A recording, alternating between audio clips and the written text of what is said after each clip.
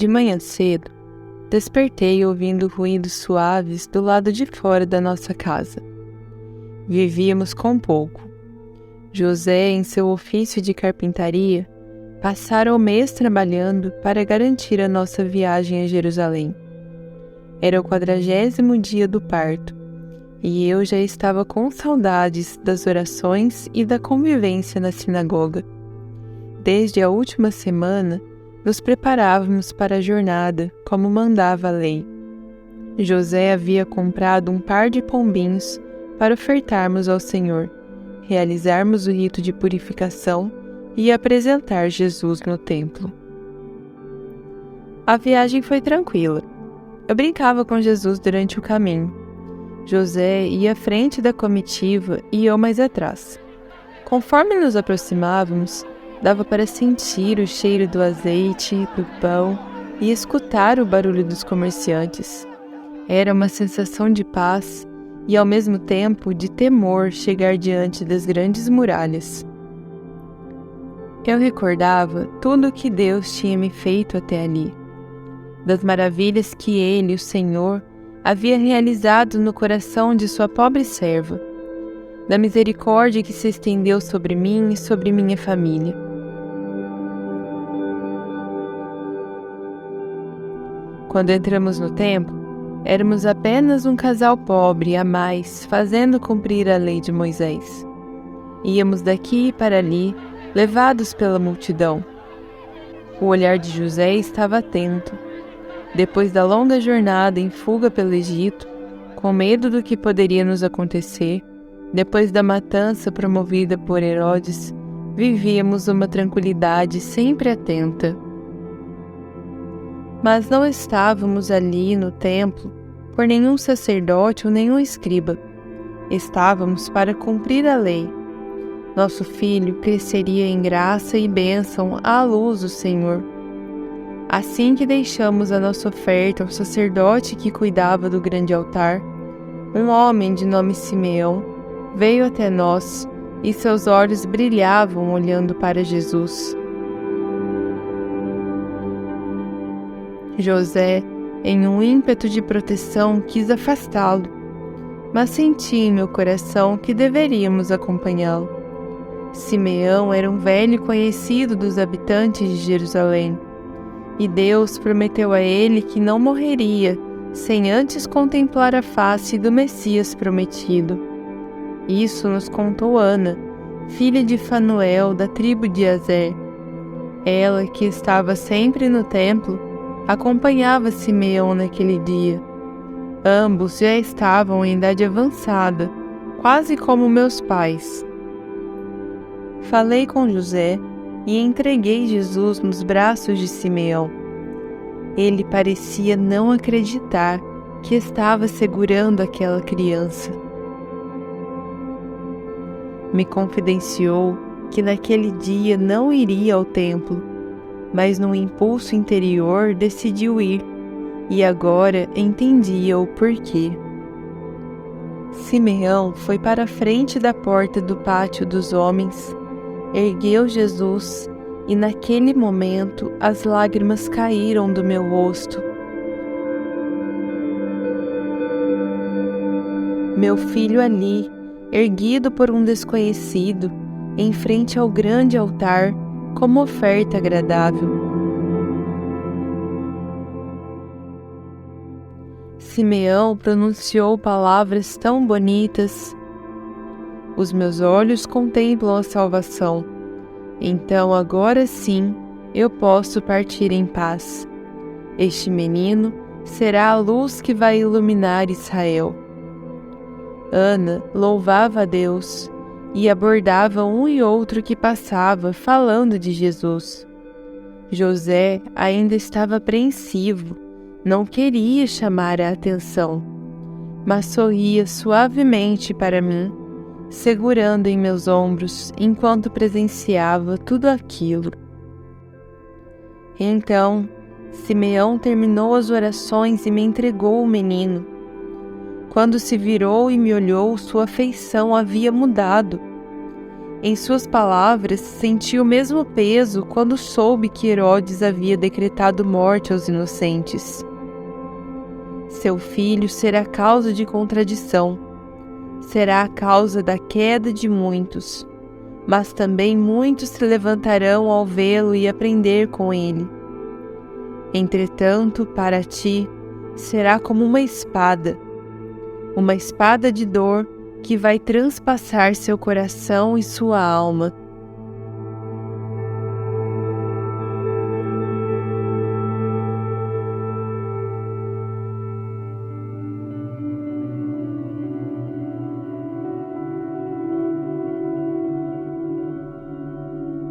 Uma espada de dor. É isso que sinto agora. Essas lembranças, as palavras de Simeão, caíram como granizo inesperado sobre mim.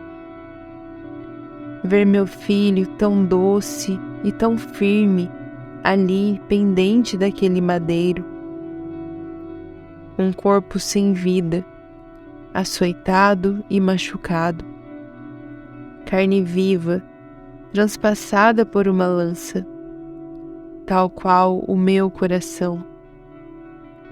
Quando o segurei nos braços assim que o retiraram da cruz, eu não via e nem escutava mais nada. Éramos eu e ele, como se o mundo inteiro tivesse parado.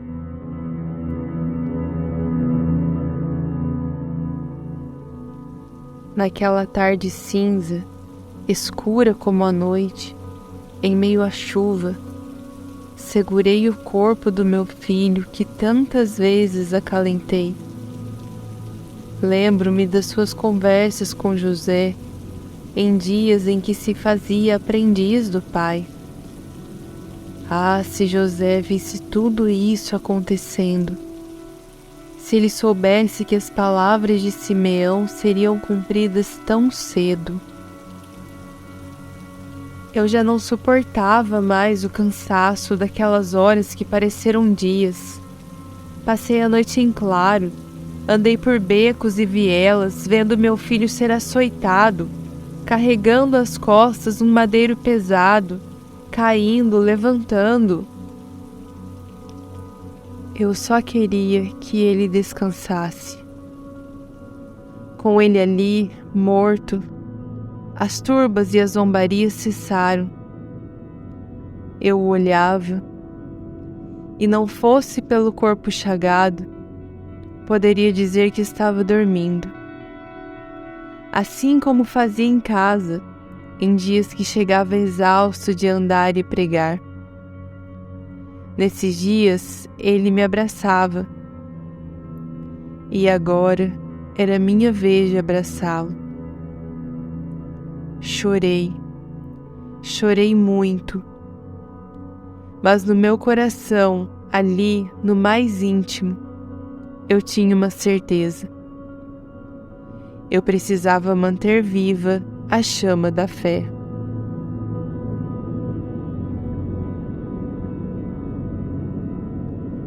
Não sei quanto tempo passei com ele ali no meu colo, mas então o retiraram e o levamos com cuidado numa caminhada silenciosa para a casa de José de Arimateia. Lá o preparamos, untamos o corpo com óleos aromáticos e o enrolamos em panos. Susana, Joana e Maria Madalena ajudaram. João ajudava na preparação do sepultamento, que seria feito num túmulo novo cedido por Nicodemos. Não tínhamos como voltar para nossa terra. Ele ficaria ali como um estrangeiro. Depois de enterrá-lo, fomos para a mesma casa onde havíamos ceado há alguns dias atrás. Não havia conversa, não havia música, não havia nada. Apenas silêncio. Fui até a janela da parte superior, ainda suja pelo sangue do meu filho. O céu estava escuro como breu. Não haviam estrelas, só algumas nuvens e um brilho tímido da lua. Meus pensamentos se dirigiam para ele. Onde ele estaria? Em muitas noites em que ele não estava em casa, já depois da passagem de José, eu fiquei sozinha. Um coração de mãe preocupado, mas certo de que ele chegaria a qualquer momento, com peixes nas mãos, e eu escutaria a risada forte de Pedro.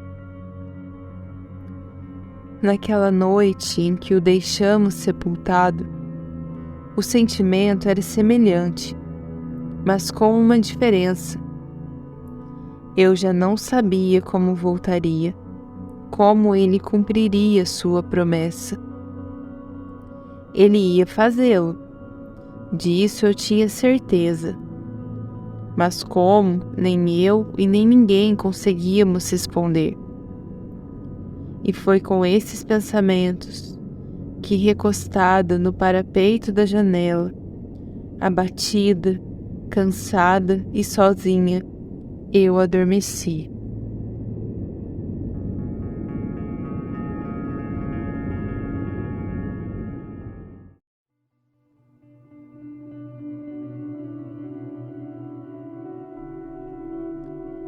Os 3 dias que se passaram foram de luto e tristeza, mas no meu coração eu guardava a fé. Apeguei-me ainda mais às orações, enquanto todos cuidavam de mim. Andávamos escondidos, como se tivéssemos feito algo errado, como se não fossem o meu filho que tivessem matado. Nas 2 noites que se seguiram, no final do dia, eu ia para a mesma janela e ficava ali, olhando o céu. Depois do cinza da sexta, o sábado foi um dia quente, de céu azul. As ruas estavam vazias devido ao descanso sagrado, e isso contribuiu para um clima ainda mais fúnebre. Não se ouvia música, não se sentia o cheiro dos pães. Tudo em silêncio. Parecia mesmo que a terra inteira de Israel estava, assim como eu, aguardando a boa notícia. No final da tarde do sábado, depois da refeição, rezamos: Ouve, Israel, o Senhor nosso Deus é o único Senhor. Sim, Ele é o único. E por que não ter fé? Por que não acreditar se Ele andou e caminhou entre nós? Aos poucos, a casa se silenciou. As velas foram apagadas e todos se recolheram.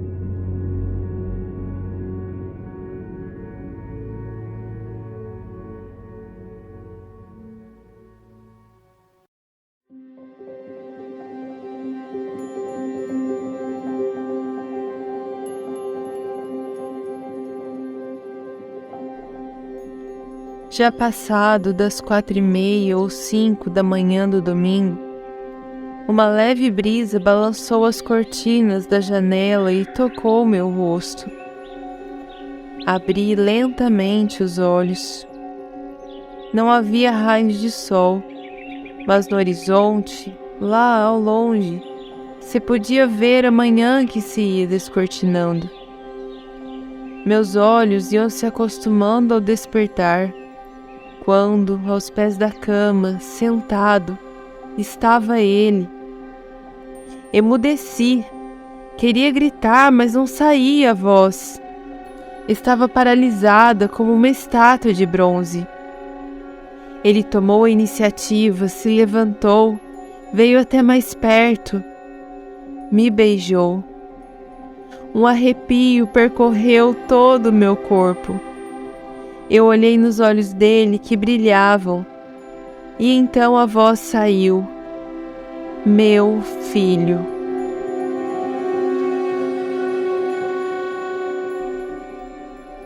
Ficamos ali, naquele abraço, não sei por quanto tempo. Olhei suas mãos e seus pés e vi as marcas dos cravos. Em seu lado, o rasgo da lança. Não havia mais dor, não havia mais sangue.